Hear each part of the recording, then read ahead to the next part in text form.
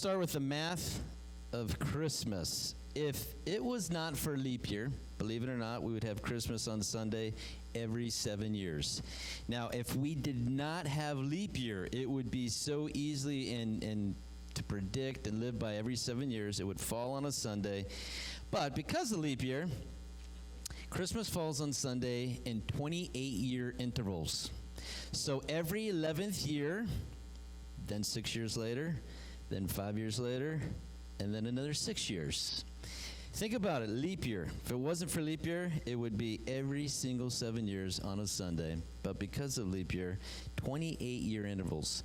So just to go back the last few, December 25th, 1994, December 25th, 2005, December 25th, 2011, December 25th, 2016, December 25th, 2022.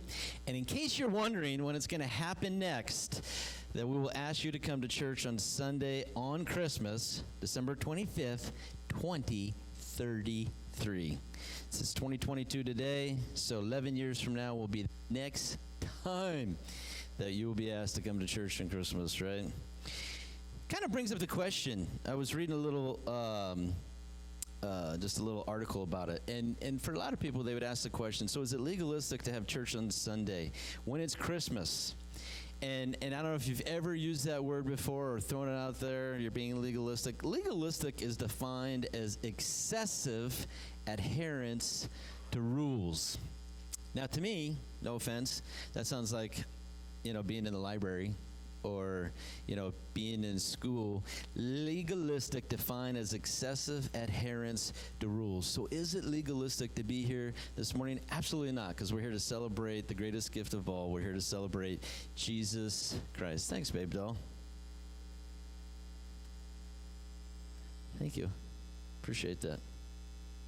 And there's no rule that any of us have to be here this morning. We all came. Maybe some of us are forced, right? But for the most part, nobody, we didn't bribe you, I don't think, too bad to come here this morning.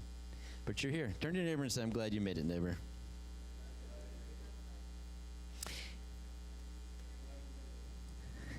Thanks, Sam. If you have your Bibles, we're going to go Luke chapter 2 as we read the Christmas story. Luke chapter 2, starting in verse 1. And it says this: At that time, the Roman Emperor Augustus decreed that a census should be taken throughout the Roman Empire. This was the first census taken when Quirinius, was governor of Syria. All returned to their own ancestral towns to register for the census. Verse 4. And because Joseph was a descendant of King David, he had to go to Bethlehem in Judea, David's ancient home. He traveled with Mary, to whom he was engaged, who was now expecting a child. While they were on the way there, the time came for the baby to be born. She gave birth to her firstborn son. She wrapped him snugly in strips of cloth, laid him in a manger, because there was no available lodging. Who is Caesar Augustus that he should ask for a census? Well, I'm glad you asked. Caesar Augustus, he was given the name Augustus.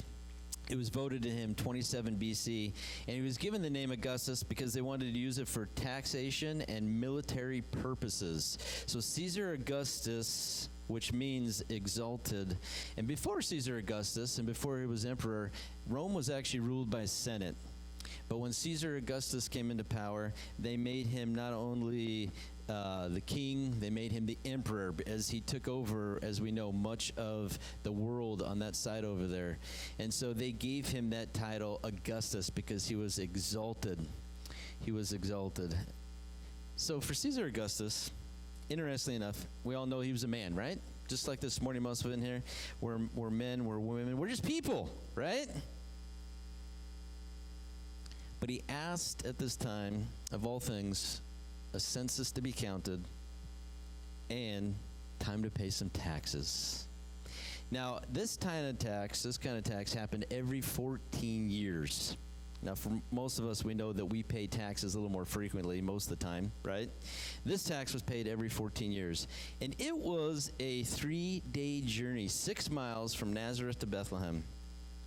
Kind of crazy, but as you turn 13-year-old, if you're a boy, you would be registered and you would start paying taxes. 13 years old. For girls, in case you're wondering, girls, 12 years old. You become a lady, an adult. You registered and you start paying taxes. Can you imagine if we had to start paying taxes at 12 and 13 today? Ugh. No, thank you.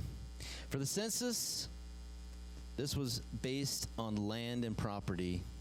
And so for them, for Mary and Joseph, they owned property in Bethlehem. And to think about it, sometimes, I don't know if you ever thought, sometimes it's the wrong time and wrong place kind of deal. And to be 9 months pregnant and to travel 6 miles, whether you're walking or sitting or riding with a donkey, I don't think that's comfortable. I've never had a baby or had to carry one, thank God. But I think for Mary, who had to go on this long journey just to pay some taxes, carrying a baby, I start thinking questions going through my head. And to get there was absolutely no room. And so there's two kind of questions that kind of come to my mind. And I wonder, for Mary and Joseph, did they have any arguments on the way? Did they have any arguments in between each other? As most of us know, how many of us, when you're riding in the car sometimes, arguments happen, right? As we know, stuff happens, arguments happen sometimes, right? Did they have an argument on the way there? Was Joseph in a hurry to forego some money and pay taxes? But Mary, his wife, was 9 months pregnant. Nothing really happens. You would hope and pray that when you're giving birth, that would be quick, right? But when you're on a 6-mile journey to Bethlehem, I had to imagine that probably felt like eternity. That probably felt like forever. And I think for Mary, she probably for a second was thinking, this is the wrong time. This is the wrong place. Have we ever felt this morning that whether it would be God or maybe a person has ever asked us to do something that we felt was the wrong time or the wrong place? And I think for Mary, she was thinking this, and she was questioning to herself, why do I have to give birth right now? Why? For her and Joseph, they both were related to King David. And so this was the place that they had to come. You had to go, one, where you owned property, and you had to go where your family was from, right? And so both of them had relatives dating back to King David. So this is the place that they had to be. This is the time that they had to go. And so for them, they were on their way, and I guarantee, I'm sure there was a couple little arguments along the way, and there was some confusion. And I wonder, even as they got there, I wonder if when they asked to stay somewhere, and friends and family, and they said, sorry, we're full, we're booked up, I wonder if Joseph was a little upset because maybe the journey, no offense, took a little longer because his wife was pregnant.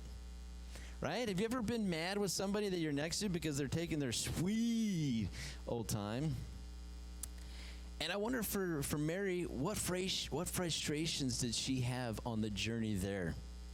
What frustrations did Joseph have on the way there? But as they arrived there together, and there was absolutely no room for them, and Mary's about to give birth, what were all the questions? What were all the arguments? What were all the fighting? What were all the celebrations? What were all the happiness that led up to this moment?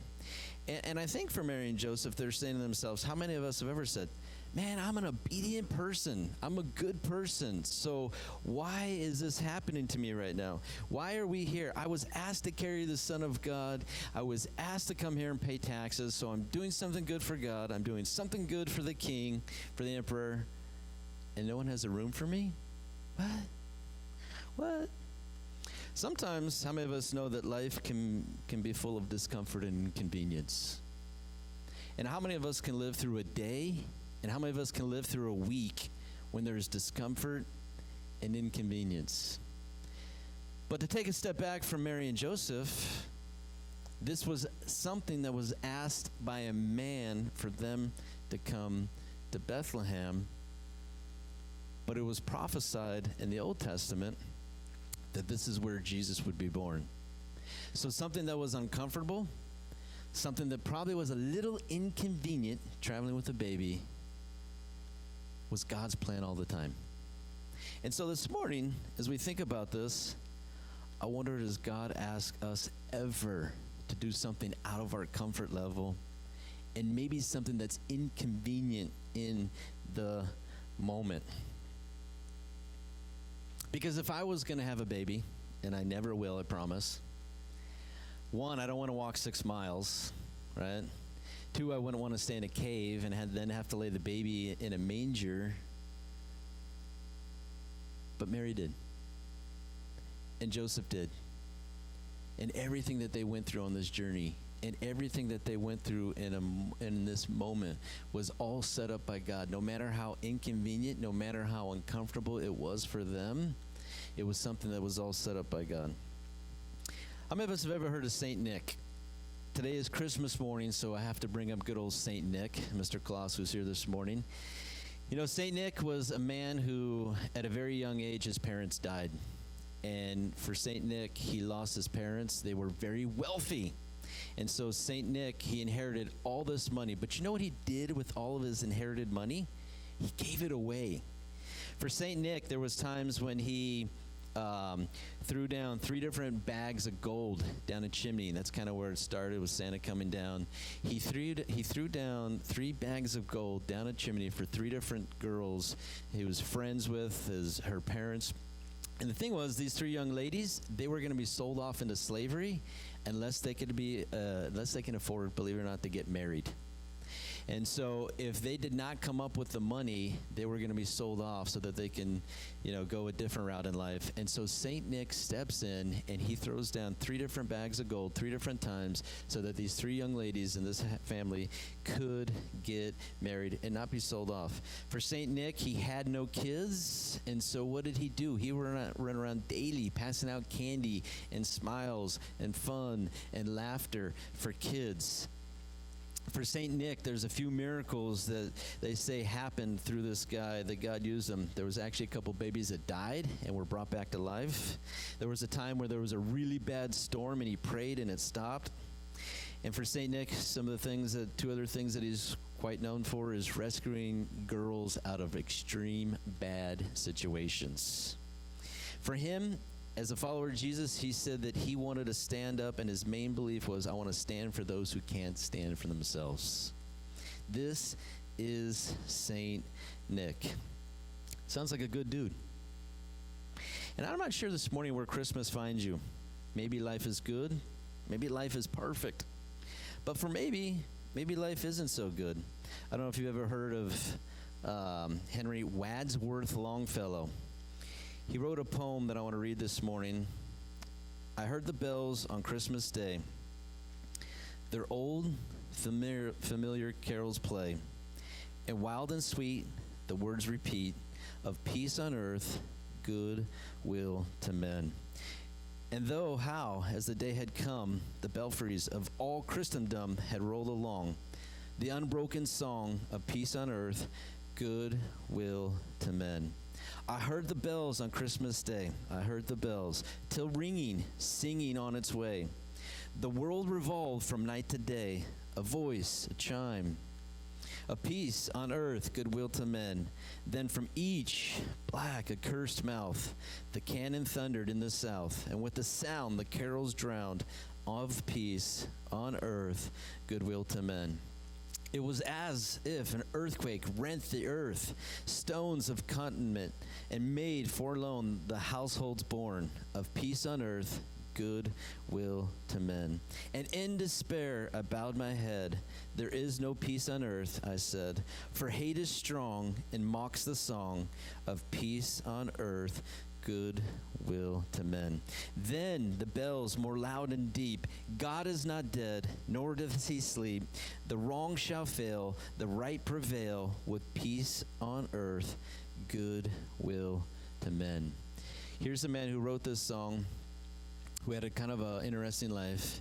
He lost his first wife. She was having a baby. She had a miscarriage and she died.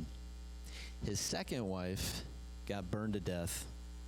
Lost son in the war, brothers, friends. And so as he penned this song, Christmas Bells, there was a man who was deeply hurt, and there was darkness, and there was pain, and there was suffering, and there was loss, and he was grieving. But for him, he found hope in Jesus Christ. This is Christmas. And so this morning, as we start to kind of wind down a little bit, it's crazy, the Christmas story, and one of the craziest things about it, if you know the Bible, the last book of the Old Testament, Malachi, after those last words, there was 400 years of silence. 400 years of silence before the New Testament. So between the Old Testament and the New Testament, think about it, with the lights off, it's kind of dark, semi-quiet, silent. God used silence in the past, and there was times where the Jewish people, when they would turn their back on God, God would be silent. And usually when God turned his back on them, bad things happened to them. And so the moment would become desperate. And when things became desperate, they would turn back to God. And then something would arise and God would deliver them over and over and over again. But in this period, there was something different because it was 400 years. 400 years of God not speaking to prophets. For over 400 years of silence and quiet. And if you're the Jewish people who you looked, you waited, you expected to hear from God. You had prophets. They had so many people over through time. How many of us know Noah and Abraham and Joseph and Esther? You had King David, and you had Daniel in the lion's den, and you had Shadrach, Meshach, and Abednego, and you had all the prophets, and you had Jonah, you had Nehemiah, you had Zechariah, you had Malachi, right? All of these guys over and through the time. But for this time, and for this period, there was nothing. And you know why there was nothing? Because something big was coming. Something big was coming. Something crazy was happening. You see, as there was 400 years of silence, after 400 years of God not speaking to the prophets, there was a light that rose. And that light came, and it gave light to the world. And I'm going to start at the end, and then you can kind of pass it on to your neighbors. Our candles in honor and reverence and understanding that there was 400 years of silence and darkness and quiet. But the message that was about to appear on the earth was so bright, and it was so vivid. When you read Matthew, Mark, Luke, and John, when you see Jesus and all that his life meant, the love, the compassion, the people that he hung around on a daily basis, the things that he did. He was rude to so many religious people, but he was loving and compassionate to just everyday, ordinary people who were looking for something. The love and the hope that Jesus brought. And this morning, if every one of us truly understood Jesus Christ, we would see the light. We would understand that he truly is the light of the world. And God, in that moment, 400 years of being silent, he set up the perfect moment to bring in the light of the world, his son. This morning is Christmas. And so this morning, I promised I was going to keep it semi-short. I want to wrap up with a few thoughts. One, John 1:4 says, the Word gave life to everything. And if you read the Greek language, so the New Testament was written in Greek, the Old Testament was Hebrew and Arabic. John 1:4 says, the Word gave life. The Word gave life. And you know what that word life in the Greek is right there? The word gave life? It's Zoe. Z-O-E. The Word gave life. God gave life.